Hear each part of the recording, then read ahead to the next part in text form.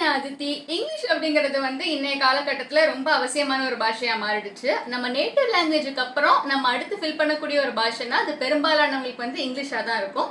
அப்படிப்பட்ட இங்கிலீஷ் நம்மள பெரும்பாலானவங்க ரொம்பவே ஈஸியாக வாசிச்சிருவோம். பட் அதை ஃப்ளூயண்ட்டாக பேசுறதுக்கும் அடுத்தவங்க பேசுறதை புரிஞ்சுக்கிறதுக்கும் நமக்கு கொஞ்சம் ஜாஸ்தியாகவே ப்ராக்டிஸ் தேவைப்படும்னு சொல்லலாம். ஸோ அப்படிப்பட்ட ப்ராக்டிஸை நம்ம நாவல்ஸ் மூலமாக வர வைக்கிறது எப்படி அப்படிங்கிறத இன்னைக்கு வீடியோவில் பார்க்கலாம். அதாவது இங்கிலீஷில் நாவல்ஸ் மூலமாக எப்படி பெட்டராக லேர்ன் பண்ணிக்கிறது அப்படின்னு பார்க்கலாம். இதுக்காக நான் 5 டிப்ஸ் சொல்கிறேன். ஆஸ் யூஷுவல் நான் இந்த 5 டிப்ஸ் என்னென்னு டைம் ஃப்ரேமோட டிஸ்கிரிப்ஷனில் கொடுத்துட்றேன். நீங்கள் வேணா 5 செகண்ட் வேணுமோ அதை கூட செக் பண்ணி பார்த்துக்கலாம். ஸோ அந்த ஃபர்ஸ்ட் டிப் என்னென்னா, சிம்பிளிஃபைட் புக்ஸில் ஸ்டார்ட் பண்ணணும். அதாவது ஒருத்தருக்கும் ஒரு லெவல் ஆஃப் இங்கிலீஷ் ப்ரொஃபிஷியன்சி இருக்கும் இல்லைங்களா. ஒருத்தர் லைக் ஓகே நான் ஒரு சுமாராக பேசுவேன் அப்படின்னு சொல்லுவாங்க. அடுத்தவங்க நான் ஒரு இன்டர்மீடியட்டாக பேசுவேன்னு சொல்லுவாங்க. ஸோ அவங்க ப்ரொஃபிஷியன்சிக்கு ஏற்ற மாதிரி சிம்பிளான புக்ஸ் தேர்ந்தெடுக்கிறது தான் முதல் ஸ்டெப்பு. அந்த சிம்பிளான புத்தகம் அப்படிங்கிறது எதர் ஒரு காமிக்ஸாக இருக்கலாம், இல்லை சின்ன குழந்தைங்களுக்கான கதை புக்காக இருக்கலாம். It can be any thing. அது உங்களுடைய பர்சனல் ப்ரிஃபரன்ஸ்.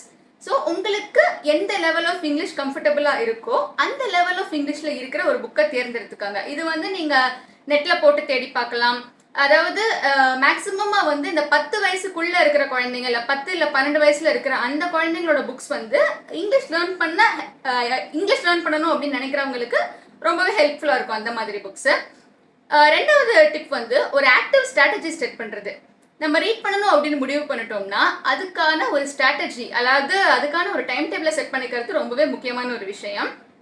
டைம் டேபிள் அப்படிங்கிறது என்னன்னா, ஒரு நாளைக்கு இவ்வளவு நேரம் நான் அவசியம் வாசிப்பேன் அப்படின்னு சொல்கிறது தான் டைம் டேபிள் அப்படிங்கிறது. இதை நம்ம ரெகுலராக ஃபாலோ பண்ணுறது தான் முக்கியமான விஷயம். ஏன்னா நீங்கள் அது ஒரு நாளைக்கு 10 நிமிஷமாக இருக்கலாம், 15 நிமிஷமாக இருக்கலாம், அரை மணி நேரமாக இருக்கலாம். அது உங்களுடைய டைம் ஃப்ரேமையும் உங்களுக்கு இருக்கிற ஓய்வு நேரத்தையும் பொறுத்த விஷயம் அது. பட் ஒரு நாளைக்கு இவ்வளவு நேரம் நீங்கள் டெஃபினட்டாக ஒதுக்குறீங்கன்னா அந்த நேரத்தை நீங்கள் ஒரு நாள் கூட விடாமல் முடிஞ்ச வரைக்கும் நீங்கள் டெய்லி ஒதுக்கி படிக்கணும். அந்த 15 நிமிஷத்தில் நீங்கள் ஒரு பேராகிராஃப் படித்தாலும் ஓகே தான், இல்லை ஒரு பக்கம் படித்தாலும் ஓகே தான். அதாவது இந்த கன்சிஸ்டன்சி அப்படிங்கிற விஷயம் எதுக்கு சொல்கிறாங்கன்னா, அந்த டச் விட்டு போகாமல் இருக்கிறதுக்கு. நம்ம டெய்லி ஒரு விஷயத்தை ரொட்டீனாக பண்ணி பழகணும்னா தான் நமக்கு அந்த விஷயம் நம்ம மைண்டில் போய் ஓரளவு ஓகேவாக செட்டில் ஆகும். ஸோ இங்கிலீஷ் அப்படிங்கிறது நம்ம ஏற்கனவே நமக்கு அது இம்ப்ரூவ் பண்ணிக்கணும் அப்படின்னு நினைக்கிறப்ப அதையே நம்ம விட்டு விட்டு பண்ணோம் அப்படின்னா அந்த இம்ப்ரூவ்மெண்ட் நம்ம நினைக்கிற லெவல் வர்றதுக்கு கொஞ்சம் கூட டைம் ஆகும். ஸோ ரெகுலராக ஒரு டைம் செட் பண்ணி அதையே ஃபாலோ பண்ணுறது. இந்த ஸ்ட்ராட்டஜியில் இன்னொரு முக்கியமான விஷயம் என்ன அப்படின்னா, நீங்கள் ரீட் பண்ண உட்கார்றப்ப உங்கள் பக்கத்தில் ஒரு டிக்ஷனரி வச்சுக்கிறது. தயவுசெய்து இந்த மொபைல் ஃபோனில் இருக்க டிக்ஷனரி வைக்காதீங்க. மொபைல் ஃபோனில் நம்ம கையில் எடுத்து இப்படி பண்ணோம் அப்படின்னா அடுத்து இப்படி நம்ம பண்ணவே மாட்டோம், இப்படி தான் பண்ணிட்டு இருப்போம். ஸோ 2 விஷயம். ஒன்று, நீங்கள் ஒரு டிக்ஷனரியை கையில் வச்சுக்கோங்க. அடுத்த விஷயம், ஃபோனை எவ்வளோ தூரத்தில் வைக்க முடியுமோ அவ்வளோ தூரத்தில் வச்சுருங்க.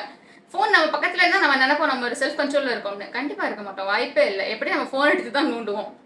மூணாவது விஷயம் என்ன அப்படின்னா, பைலிங்குவல் புக்ஸ் ரீட் பண்ணுறது. நம்ம சின்ன வயசுல இந்த கிராமர் புக்ஸ்லாம் இருக்கும் இல்லைங்களா, ஒரு வரி தமிழில் இருக்கும், அதுக்கு கீழே அதே வரி இங்கிலீஷில் கொடுத்துருப்பாங்க. அந்த மாதிரி இப்போல்லாம் பைலிங்குவல் ஸ்டோரி புக்ஸ் எல்லாம் நிறைய இருக்குது. அதாவது ஒரு பக்கம் தமிழில் கொடுத்துருப்பாங்க, இன்னொரு பக்கம் இங்கிலீஷில் கொடுத்துருப்பாங்க. இல்லைன்னா ஒரு பேராகிராஃப் தமிழ், ஒரு பேராகிராஃப் இங்கிலீஷ், அந்த மாதிரி இருக்கும். அந்த மாதிரி புக்ஸை தேடி எடுத்து படிக்கிறது. இது உங்களுக்கு எந்த லாங்குவேஜ் கம்ஃபர்டபுளோ அந்த லாங்குவேஜை முதல் பாஷையாகவும் அடுத்த பாஷையை இங்கிலீஷே நீங்கள் வச்சுக்கலாம். ஃபார் எக்ஸாம்பிள், உங்களுக்கு தமிழை விட நீங்கள் வேறு ஏதாவது ஒரு லாங்குவேஜை நல்லாவே ஃப்ளூயண்ட்டாக இருக்கலாம், லைக் கன்னடா, மலையாளம், ஏதாவது ஒரு லாங்குவேஜில் ஃப்ளூயண்ட்டாக இருக்கலாம். ஸோ அப்படி இருக்கிற மாதிரி ஒரு புக்கை நீங்கள் தேர்ந்தெடுத்துக்கிட்டிங்கன்னா அது உங்களுக்கு ரொம்பவே ஹெல்ப்ஃபுல்லாக இருக்கும். நீங்கள் பைலிங்குவல் புக்ஸ் எனக்கு கிடைக்கல அப்படின்னா ஒரே புக்கை எடுத்துட்டு அந்த புக்கை சில புக்ஸ் எல்லாம் மல்டிபிள் லாங்குவேஜஸில் இருக்கும். பெரும்பாலும் தமிழில் இருக்கிற புக்ஸ் இங்கிலீஷில் டிரான்ஸ்லேட் பண்ணியிருப்பாங்க. இது இந்த கிளாசிக்ஸ்க்கெலாம் பொருந்தும். ஸோ தமிழை நீங்கள் முதல்ல படித்து முடிச்சுட்டு அதுக்கப்புறம் நீங்கள் இங்கிலீஷில் படித்து பார்த்தீங்கன்னா உங்களுக்கு புரியாத இடங்கள் கூட உங்களுக்கு ஓரளவுக்கு ஐடியா கிடைக்க ஆரம்பிக்கும்.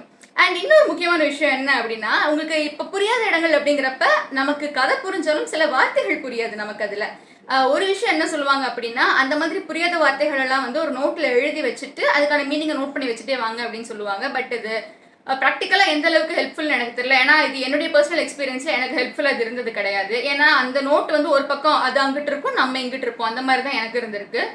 மேபி இது உங்களுக்கு ஹெல்ப்ஃபுல்லாக இருந்ததுன்னா நீங்கள் உங்களுக்கு புரியாத வார்த்தைகளுக்கான அர்த்தத்தை அந்த வார்த்தை ப்ளஸ் அதோட அர்த்தம் அப்படின்னு சொல்லி நீங்கள் எழுதி வைக்கலாம். இது 3வது ஸ்டெப்பு.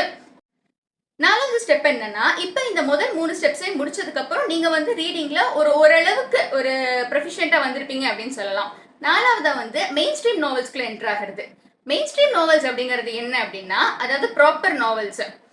ஒரு ஒரு உலக அளவில் புகழ்பெற்ற நாவல்ஸோ இல்லை ஒரு கம்யூனிட்டிக்குள்ள பாப்புலராக இருக்க நாவல்ஸோ எடுக்கிறது தான் ஒரு ப்ராப்பரான நாவலை சூஸ் பண்ணுறது அப்படிங்கிறது. இது வந்து உங்கள் ஜேர்னரை பொறுத்தும் உங்களுக்கு என்ன மாதிரி ரீட் பண்ண பிடிக்கும் அப்படிங்கிறத பொறுத்தும் நீங்கள் சூஸ் பண்ணிக்கலாம். முக்கால்வாசி வந்து இந்த லைக் பிகினர்ஸ்க்கான புக்ஸ் அப்படின்னு போட்டு பார்த்ததுல வந்து அமேசானில் ஃபில்டர்ஸ் எல்லாம் இருக்குது. நீங்கள் அப்படியே போட்டு பார்த்தீங்க அப்படின்னாலே உங்களுக்கு வந்து நிறைய புக்ஸ் எல்லாம் கிடைக்கும். அது அப்படி இல்லை அப்படின்னா நீங்கள் வந்து பேஜஸ் கம்மியாக இருக்க புத்தகங்களை தேர்ந்தெடுக்கலாம். லைக் எடுப்பில் வந்து ஒரு 400 பேஜஸ் ஒரு 450 பேஜஸ் புக்கை தான் எடுப்பேன் அப்படின்னு இல்லாமல் லைக் ஒரு 100 பேஜஸோ ஒரு 120 பேஜஸோ அந்த மாதிரி எடுத்து நீங்கள் ரீட் பண்ணி பார்க்குறப்ப உங்களுக்கு வந்து ரொம்ப ஹெல்ப்ஃபுல்லாக இருக்கும். இதில் இன்னொரு விஷயம் என்னன்னா, உங்களுக்கு வந்து ரொம்ப பெருசாக இருந்தால் தான் நமக்கு பார்க்கறதுக்கும் ரீட் பண்ணுறதுக்குமே பயமாக இருக்கும். ஐயோ அந்த 400 பேஜை நான் எப்படி முடிக்க போகிறேன் அப்படின்னு சொல்லிட்டு. கம்மியான பேஜஸ் எடுக்கிறப்ப நீங்களும் அதை ஈஸியாக முடிக்கலாம். And at the same time உங்களுக்கு ஒரு புக்கை முடிச்ச மாதிரியும் இருக்கும். இதன் மூலமா நீங்க அந்த முதல் 3 ஸ்டெப் எந்த அளவுக்கு நீங்க பண்ணிருக்கீங்க அப்படிங்கறது இந்த 4th ஸ்டெப் மூலமா நீங்க வச்சு கண்டுபிடிச்சிக்கலாம். ஃபைனல் ஸ்டெப் வந்து என்னன்னா, இந்த 4 ஸ்டெப்ஸையும் பண்ணி முடிச்சதுக்கு அப்புறமா இன்டராக்ட் பண்றது. அதாவது இப்போ வந்து நீங்க 4th ஸ்டெப்ல சொன்ன மாதிரி ஒரு புக் எடுத்து படிச்சிட்டீங்கன்னு வச்சுக்கோங்க. ஆன்லைன் கிளப்ஸ் எல்லாம் நிறைய இருக்கு. இப்போ குட் ரீட்ஸ் அப்படின்னு சொல்லிட்டு ஒரு வெப்சைட் இருக்கு. அந்த வெப்சைட்ல போனீங்கன்னா அந்த நீங்க படிச்ச புத்தகத்தை போட்டு தேடி பார்த்தீங்கன்னா அதை பத்தின நிறைய ரிவ்யூஸ் இருக்கும். குட் ரீட்ஸ் மட்டும் இல்லாம நிறைய இன்டராக்டிவ் கம்யூனிட்டிஸும் இருக்கு. அந்த கம்யூனிட்டிஸ்ல எல்லாம் போய் ஒருத்தவங்களும் போஸ்ட் பண்ணிருப்பாங்க அவங்களுக்கு அந்த புத்தகத்துடைய ரீடிங் எக்ஸ்பீரியன்ஸ் எப்படி இருந்தது அப்படின்னு சொல்லிட்டு. ஸோ நீங்க அந்த ரீடிங் எக்ஸ்பீரியன்ஸை நோட் பண்ணிட்டு லைக் உங்களுக்கு எப்படி இருந்தது அப்படின்னு நீங்க அங்க எழுதலாம். இதன் மூலமா நீங்க என்ன கத்துக்கிட்டீங்க அப்படிங்கிறது தெரியும். ரெண்டாவது விஷயம், அடுத்தவங்களோட பாயிண்ட் ஆஃப் வியூ அந்த குறிப்பிட்ட புக்ல எப்படி இருக்கு அப்படிங்கிறதும் தெரியும். மூணாவது, நீங்க எழுதுறப்ப உங்களுக்கே உங்க ப்ரொஃபிஷியன்சி தெரியும். ஓ இந்த அளவுக்கு நான் எழுதுறேன், அப்ப நான் இந்த அளவுக்கு இங்கிலீஷ்ல இம்ப்ரூவ் ஆயிருக்கேன் அப்படிங்கிற விஷயமும் உங்களுக்கு தெரியும். இதோடைய அடுத்த எக்ஸ்டென்ஷனை வந்து இப்ப சில புக்ஸ் எல்லாம் வந்து இப்போ சீரீஸ் எல்லாம் மேக் பண்ணியிருக்காங்க. ஸோ இந்த புக் அவுட்னா சீரீஸே நீங்க எடுத்து படிச்சு பார்த்தீங்க அப்படின்னா உங்களுக்கு வந்து அது இன்னும் ஹெல்ப்ஃபுல்லா இருக்கும். அதாவது அந்த புக்ல இந்த விஷயம் இருந்தது, இந்த சீரீஸ்ல இது இல்லை. இதே நீங்க நெட்ல போட்டு பாக்குறப்போ வந்து புக்குக்கும் சீரீஸுக்கும் வந்து டிஃபரன்சஸ் என்னென்ன இருக்கு, என்னென்ன சிமிலாரிட்டிஸ் இருக்கு எல்லாமே அவங்களே மென்ஷன் பண்ணியிருப்பாங்க. ஸோ அப்படி நீங்க பாக்குறப்ப உங்களுக்கு அது ஒரு பெரிய கஷ்டமான வேலையா தெரியாது. ஸோ இந்த 5 டிப்ஸ் தான் வந்து ஒரு நாவலை ரீட் பண்ணி அது மூலமா உங்க இங்கிலீஷ் நாலேஜை வளர்த்துக்கிறதுக்கான டிப்ஸ். இது மட்டும் இல்லாம பிகினர்ஸ் ரீட் பண்ணக்கூடிய ஒரு 10 இங்கிலீஷ் நாவல்ஸை வந்து நான் அடுத்த வீடியோவில் சொல்றேன். என்ன சப்ஸ்கிரைப் பண்ணிக்கோங்க. இந்த வீடியோ பத்தின உங்க கமெண்ட்ஸ் கீழே சொல்லுங்க. தேங்க்யூ.